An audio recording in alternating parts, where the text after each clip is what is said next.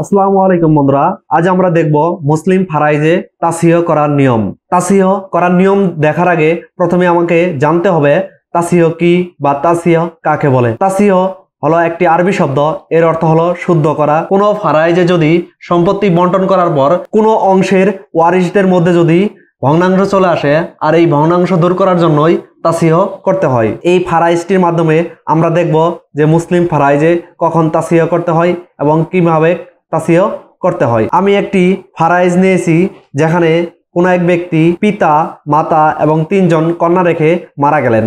আমরা জানি যে মুসলিম ফারাইজে 3 ধরনের উত্তরাধিকারী পাওয়া যায়। এরা হলেন জাবিল ফুরুজ অর্থাৎ নির্দিষ্ট ভোগী। এই জাবিল ফুরুজদের অংশ কোরআনে আল্লাহ নির্দিষ্ট করে দিয়েছেন। কোনো অবস্থাতেই এই জাবিল ফুরুজদের অংশ থেকে সম্পত্তি কম দেওয়া যায় না বা ফারাইজ থেকে এদেরকে বাদ দেওয়া যায় না। দ্বিতীয়টি হলো এই আসাবা অর্থাৎ অবশিষ্ট ভোগী, অর্থাৎ জাবিল ফুরুজদের অংশ দেওয়ার পর যদি সম্পত্তি অবশিষ্ট থাকে তখন এই আসাবাগণ অবশিষ্ট ভোগী হিসেবে অবশিষ্ট সম্পূর্ণ সম্পত্তিটুকু পেয়ে যান। তারপর 3 নম্বরে যে ওয়ারিশ রয়েছেন তারা হলেন এই জাবিল আরহাম, হলো দূরবর্তী আত্মীয়, যেমন খালা, ফুফু, ভাগিনী, ভাতিজি ইত্যাদি। এরা হলেন দূরবর্তী আত্মীয়। কোনো ফারাইজে যদি এই আসাবা ওয়ারিশ না থাকে তাহলে এই জাবিল আরহামগণ, দূরবর্তী আত্মীয়গণ অবশিষ্ট সম্পত্তিটুকু পেয়ে যান। তো বন্ধুরা, এখানে যে সমস্ত উত্তরাধিকারী বা ওয়ারিশ রয়েছেন এরা হলেন সবাই জাবিল ফুরুজ অর্থাৎ নির্দিষ্টভোগী। তো এদের অংশ কোরআনে আল্লাহ নির্দিষ্ট করে দিয়েছেন। আমরা জানি যে মৃত ব্যক্তির যদি সন্তান থাকে তাহলে মৃত ব্যক্তির পিতা মৃত ব্যক্তির মোট সম্পত্তির 6 ভাগের 1 ভাগ পান। তো বন্ধুরা, আমি এখানে লিখে নিচ্ছি যে পিতা পান, যেহেতু মৃত ব্যক্তির 3 কন্যা রয়েছে সেই জন্যই পিতা পাচ্ছেন মোট সম্পত্তির 6 ভাগের 1 ভাগ, মাতা পাচ্ছেন 6 ভাগের 1 ভাগ। যেহেতু মৃত ব্যক্তির একাধিক কন্যা সেই জন্যই মৃত ব্যক্তির 3 জন কন্যা একত্রে পাচ্ছেন 2/3। তো বন্ধুরা, ফারাইজ করার জন্য আমাদেরকে যা করতে হয় যে মাসালা বের করে নিতে হয়। তো আমি এখন আপনাদের দেখাবো কিভাবে মাসালা বের করতে হয়। তো মাসালা বের করার জন্য আমাদের যে এখানে ওয়ারিশ রয়েছে এই ওয়ারিশদের যে ভগ্নাংশ রয়েছে এই ভগ্নাংশগুলো দিয়ে আমাদের মাসালা বের করতে হবে। তার জন্য এই ভগ্নাংশের যে নিচের সংখ্যাটি রয়েছে এটা হলো হর আর উপরেরটা হলো লব। এই হর দ্বারা লসাগু করে আমাদেরকে মাসালা বের করতে হবে। তো আমি এখানে হরগুলো লিখে নিচ্ছি যে 6, 6 এবং 3। তো বন্ধুরা, এই লসাগু অঙ্কটি আমরা ক্লাস 2-3 থেকেই করে এসেছি। তো লসাগু করার নিয়ম হচ্ছে যে প্রথমে আমাকে দেখতে হবে যে 2 দ্বারা নিঃশেষে ভাগ করা যায় কিনা। তো আমি এখানে 2 দ্বারা দুইটি সংখ্যাকে ভাগ করতে পারছি, তাহলে আমরা 2 দ্বারা ভাগ করে নিচ্ছি। 3 দুগুণে 6, 3 দুগুণে 6, 3। তো বন্ধুরা, এখন আমরা যদি 2 দ্বারা আবারও ভাগ দেই, 2 দ্বারা যেহেতু 3কে ভাঙানো যায় না তাই আমরা 2 দ্বারা ভাগ দেব না। 2 এর পর এখন আমরা 3 দিয়ে দেব, যেহেতু 3 দিয়ে 3টি সংখ্যাকে আমরা নিঃশেষে ভাগ করতে পারি। তাহলে আমরা এখানে 3 দিয়ে ভাগ দিচ্ছি যে 3 একে 3, 3 একে 3, 3 একে 3। তো বন্ধুরা, এখন আমরা এই লসাগুর এই সংখ্যাগুলো দ্বারা গুণ করে আমাদের মাসালা বের করতে হবে। তাহলে 3 দুগুণে 6, 6 দিয়ে যতবার আপনি 1কে গুণ করবেন ঠিক ততই হবে, অর্থাৎ 6ই হবে। তো আমরা এখানে লিখে নিচ্ছি 2 × 3 = 6। তো আমরা মাসালা পেলাম 6, এই 6। তো এখানে আমি লিখে নিচ্ছি যে 6। তো বন্ধুরা, এই মাসালাটি নির্দেশ দিচ্ছে যে মৃত ব্যক্তির সমস্ত সম্পত্তিকে 6 ভাগ করো, সেখান থেকে পিতাকে 1 ভাগ দিয়ে দাও, মাতাকে 1 ভাগ দিয়ে দাও এবং 3 কন্যাকে 2 ভাগ দিয়ে দাও। তো বন্ধুরা, আমরা এখানে 6 ভাগ লিখে নিলাম। এই 6 ভাগ থেকে পিতার অংশ বের করব। তাহলে আমরা 6 দ্বারা 6কে ভাগ করে পেলাম ভাগফল 1 এবং 1 দ্বারা 1কে গুণ করলে আমাদের 1ই থাকবে। আবারও 6 দ্বারা 6কে ভাগ করলে ভাগফল পাবো 1 এবং এই 1 দ্বারা উপরে যে 1 রয়েছে অর্থাৎ লব, এই লবকে গুণ করলে 1ই থাকে। এই 3 দ্বারা 6কে ভাগ করলে পাবো 2, 2 দ্বারা আবার উপরে যে 2 আছে এই 2কে গুণ করলে হবে 4। তো বন্ধুরা, এখন আমরা এই 6 থেকে এই পিতাকে 1 অংশ দিয়ে দিলাম, মাতাকে 1 অংশ দিয়ে দিলাম এবং 3 কন্যাকে 4 অংশ দিলাম। তো এখানে যে সমস্যাটি হয়েছে যে এখানে কন্যা হলেন 3 জন এবং ভাগ রয়েছে 4টে।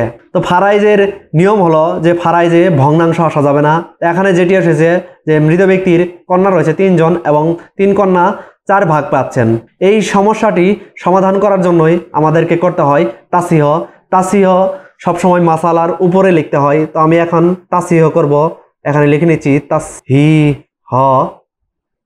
তো বন্ধুরা এই তাসহিহ করার জন্য আমাদেরকে কিছু নিয়ম বা টাকসার অনুসরণ করতে হয়। তো আমি এখন আপনাদের সেটাই দেখাবো যে কোন কোন ক্ষেত্রে কোন কোন টাকসার বা নিয়ম অনুসরণ করতে হয়।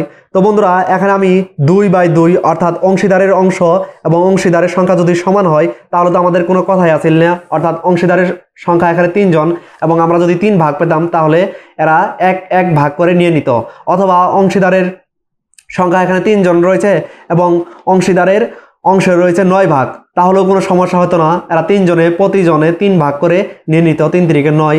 দ্বিতীয় নিয়মটি হলো যে অংশীদারের সংখ্যা এবং অংশীদারের অংশের সংখ্যা যদি ছোট বড় হয় এবং ছোট সংখ্যাটি দ্বারা যদি বড় সংখ্যাটিকে ভাগ করা যায় তাহলে যেটা করতে হয় যে এই ভাগফল দিয়ে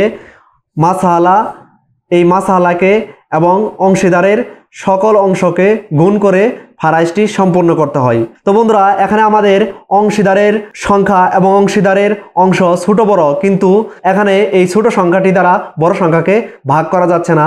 তৃতীয় নিয়মটি হলো যে অংশীদারের অংশ এবং অংশীদারের সংখ্যা যদি ছোট বড় হয় এবং ছোট সংখ্যাটি দ্বারা বড় সংখ্যাটিকে ভাগ করা যাচ্ছে না, অথবা এদেরকে ভাগ করার জন্য তৃতীয় কোনো কমন সংখ্যাও পাচ্ছি না, তখন আমাদের যা করতে হয় যে অংশীদারের সংখ্যাকে দিয়ে মাসআলা এবং অংশীদারের অংশগুলোকে গুণ করে ফারাইজটি সম্পূর্ণ করতে হয়। তো বন্ধুরা এই ফারাইজে আমাদের যেটা হয়েছে যে অংশীদারের সংখ্যা এবং অংশীদারের অংশের সংখ্যা ছোট বড় আছে, ঠিক আছে, কিন্তু এই ছোট সংখ্যাটিকে দ্বারা বড় সংখ্যাটিকে নিঃশেষে ভাগ করা যাচ্ছে না, এবং কি এই দুই সংখ্যাকে ভাগ করার জন্য তৃতীয় কোনো কমন সংখ্যাও আমরা পাচ্ছি না।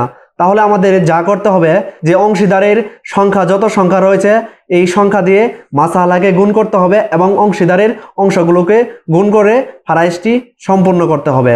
তো বন্ধুরা এখন আমরা তাই করব যে অংশীদারের অংশ দ্বারা মাসআলাকে যদি আমরা গুণ করি তাহলে এখানে লিখে নিচ্ছি যে গুণ, তাহলে 3 6 18, আমরা তাসহিহ পেলাম 18। এখন আমরা এই 18 ভাগ থেকে অংশীদারের অংশগুলো দিয়ে দেব। এখন যদি আমরা এই তাসহিহের 18 ভাগ থেকে অংশীদারের অংশগুলো দিয়ে দেই তাহলে আমরা এই 3 দ্বারা এই অংশকে গুণ করলে আমরা পাবো 3, এই 3 দ্বারা এই মাতার অংশকে গুণ করলে আমরা পাবো 3 প্লাস এই 3 দ্বারা 3 কন্যার অংশ, যেহেতু এখানে 4 পেয়েছিলাম, এই 4কে গুণ করলে হয় 3 4 12। তো বন্ধুরা এখন আপনারা দেখেন যে 3 আর 3 যোগ করলে হয় 6, 6 আর 12 18। তো আমাদের অংশীদারের অংশ হলো 18 এবং বন্টনযোগ্য সম্পত্তি হচ্ছে 18, অর্থাৎ এখানে যেটা করতে হবে যে আমাদের মাসআলা বের করে সেই মাসআলা অনুযায়ী অংশীদারকে অংশ দেওয়া যাবে না, তখন আমাদের তাসহিহ করতে হয়। তো বন্ধুরা আপনারা বুঝতেই পারলেন কোনো ওয়ারিশদের মাঝে যদি ভগ্নাংশ চলে আসে তাহলে আমাদেরকে তাসহিহ করে ফারাইজটি সম্পূর্ণ করতে হয়। তো বন্ধুরা এখানে আপনারা বুঝতে পারলেন যে 18 দ্বারা 18কে ভাগ করলে আমরা পাবো 1, যেটা হলো মুসলিম ফারাইজের বেসিক এবং মৌলিক কনসেপ্ট, যে মৃত ব্যক্তির সমস্ত সম্পত্তিকে এক ধরে সম্পূর্ণ সম্পত্তিটি বন্টন করতে হবে। সম্পত্তি এমনভাবে বন্টন করতে হবে যেখানে কোনো সম্পত্তি অবশিষ্ট থাকবে না অথবা কোনো অংশীদারকে কম দেওয়া যাবে না। তো বন্ধুরা এই উদাহরণটি দেখে আপনারা বুঝতেই পারলেন কিভাবে তাসহিহ করতে হয় এবং কিভাবে ভগ্নাংশ দূর করে অংশীদারদের পূর্ণ অংশ দিতে হয়। তো বন্ধুরা এই মাসআলাই বলতেছিল যে মৃত ব্যক্তির সমস্ত সম্পত্তিকে 6 ভাগ করো, 6 ভাগ করলে মৃত ব্যক্তির কন্যা ছিল 3 জন এবং মৃত ব্যক্তির 3 কন্যা পেয়েছিল 4 ভাগ। তো এই 4 ভাগকে সুষমভাবে বন্টন করা যাচ্ছিল না, তার জন্যই আমাদেরকে যা করতে হয়েছে যে ফারাইজটি শুদ্ধ করার জন্য আমাদেরকে তাসহিহ বের করতে হয়েছিল। তো বন্ধুরা আপনারা দেখতেই পারলেন তাসহিহ বের করার মাধ্যমে ফারাইজটি আমি পূর্ণ অংশে অংশীদারের অংশগুলো দিয়ে দিলাম। তো ভালো থাকবেন, সুস্থ থাকবেন। জমি জমা সংক্রান্ত যে কোনো তথ্য পেতে আমার চ্যানেলটি সাবস্ক্রাইব করতে পারেন এবং ডেসক্রিপশনে হোয়াটসঅ্যাপ নাম্বার আছে, হোয়াটসঅ্যাপে মেসেজ করতে পারেন।